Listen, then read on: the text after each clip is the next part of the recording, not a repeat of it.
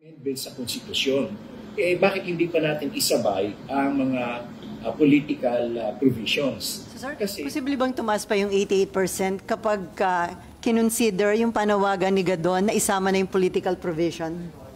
I think pag sinama yan, wag na natin pag-usapan ng Chacha.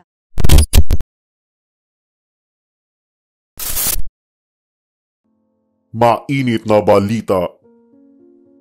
Economic Charter Change. Pinangangambahang isang pasakalye lamang. Pagdagdag sa termino, posibleng tunay na pakay. Nangyari na nga ang kinatatakutan ng ilan sa mga mambabatas na kontra sa pag-amyenda sa saligang batas dahil nga pumalpak na ang People's Initiative at ngayon ay pilit na pinapabilis ang resolution on both houses number 6 and 7 na nananawagan para sa isang constitutional convention ay parang meron nga talagang malisyosong intensyon ang mga nasa likod nito. Biglang nagulat ang lahat nang magpadala ng liham ang dating abogado at dati ding Duterte supporter na ngayon ay Presidential Advisor on Poverty Alleviation na si Larry Gadon kay Senate President Juan Miguel Zubiri at House Speaker Martin Romualdez na naghihimok sa dalawang mga lider na isali din sa pag-amyenda ang political provisions ng saligang batas tulad na lamang sa pagdagdag ng termino ng ilan sa mga posisyon ng mga opisyal. Kwento muna, ano po ba yung pakay natin ngayon dito sa House at ano po yung gusto po natin nandito ako ngayon sa House of Representatives at nagpunta ako sa Office of the Speaker at nag-submit ako ng isang letter of suggestions para sa ating charter change. Kasi ang mainit na pinag-uusapan ngayon ay ang economic provisions lamang. Sa isip-isip ko naman, bakit nililimit lang natin sa economic provisions ang magiging amendment sa konstitusyon? Bakit hindi pa natin isabay ang mga political provisions? Kasi kahit na anong gawin natin na economic provisions lang na pagbabago, kung yung ating political provisions in the Constitution na sa tingin natin, ay sa tingin ko itong mga nakaraang 30 taon na mahigit, ay hindi rin nakapagbigay ng magandang pagbabago o ng political culture maturity sa ating mga kababayan. Kaya dito ay nagsusuggestyon ako sa Senate at saka sa House na isama na rin ang mga political provisions. Kagaya na lamang halimbawa ng itong terms ng local government officials, local government units.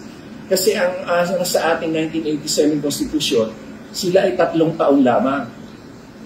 Every 3 years nagkakaroon tayo ng national elections. Napakalaking gastos niyan. Umaabot ng 10 to 12 billion pesos.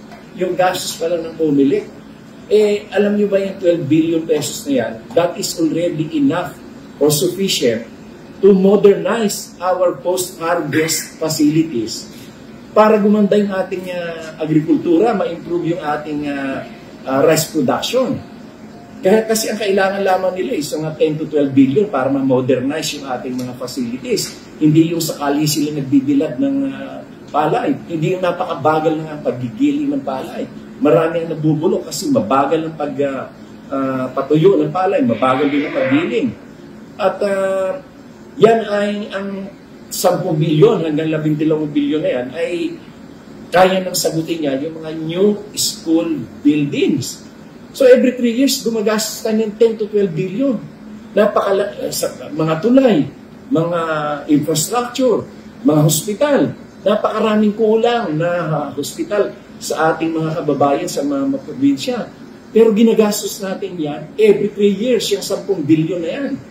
Kaya napakahirap din dahil ang isang local official, halimbawa, mayor, kapag sila ay naihalal, yung isang taon ginugugol nila sa pag-aral pa lang ng kanilang posisyon, sa pag-aral ng mga departamento, yung role ng mga departamento, yung mga functions ng mga departamento, upang siya ay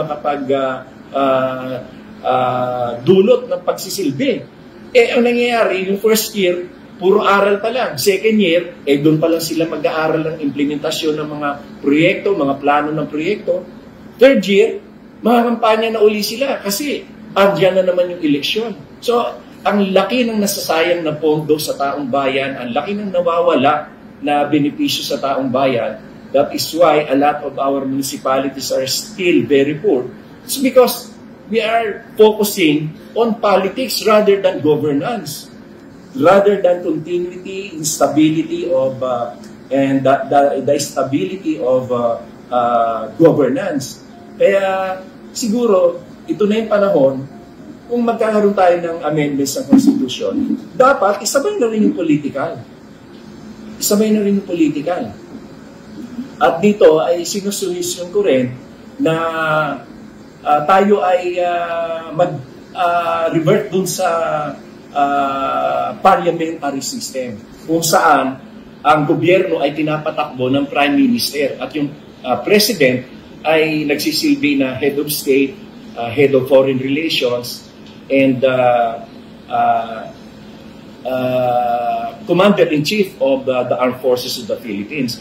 Pero yung day-to-day operations of the government, day-to-day functions of the government, dapat yan yung Prime Minister kasama yung mga ministers na manggagaling din sa House of Representatives at sa Senate o sa buong Congress. Ilan nga sa mga senador ay tila nagulantang sa balitang ito. Kabilang na nga rito ay si Senate Minority Leader Coco Pimentel na talagang pumalag sa mungkahi ni Gadon.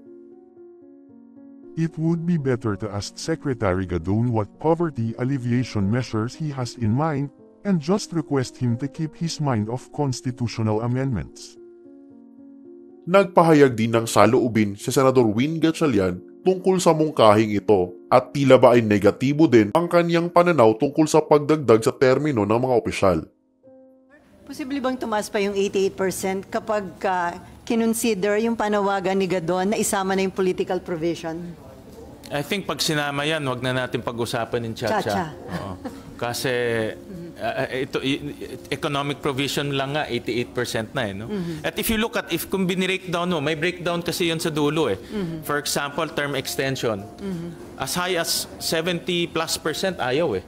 Nakita ko dun sa, may breakdown yan ng mga components ng Chacha. Term extension is one of the things na ayaw ng taong bayan.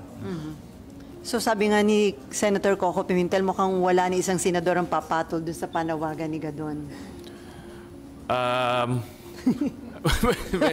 Well, maganda naman na as a citizen na napalabas niya yung kanyang saloobin, nagbigay siya ng suggestion. Pero the reality is ang taong bayan hindi acceptable yung political amendments based doon sa survey. Okay? Well, ang unang pag-iisip ko dyan, yung People's Initiative talagang nakadamage sa pag-iisip ng tao. At dahil sa People's Initiative, tingin na ng taong bayan, hindi maganda ang Chacha. Whether economic, political, basta Chacha, hindi maganda. Dahil nakita ng taong bayan yung bangayan eh. At sa taong bayan, ayaw na lang ng mga lingkod bayan na nagbabangayan eh.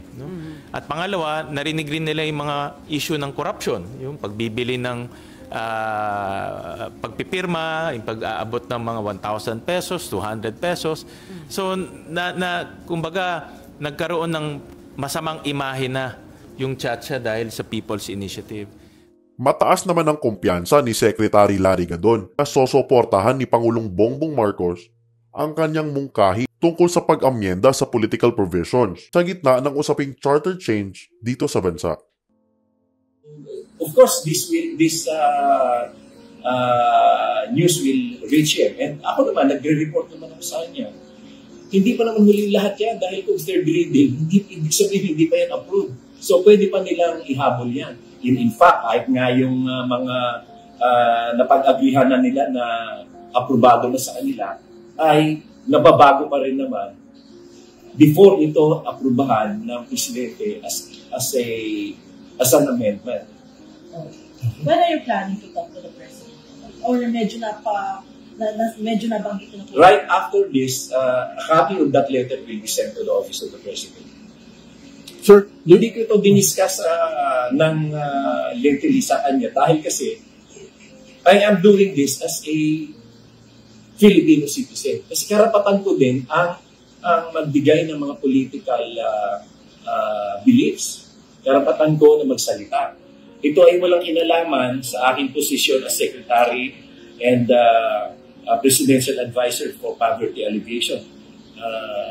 Ganun pa man, ay may connection din ito sa aking adikain sa poverty alleviation sapagkat paano mo matutulungan ang ating mga taong bayan na makaahon.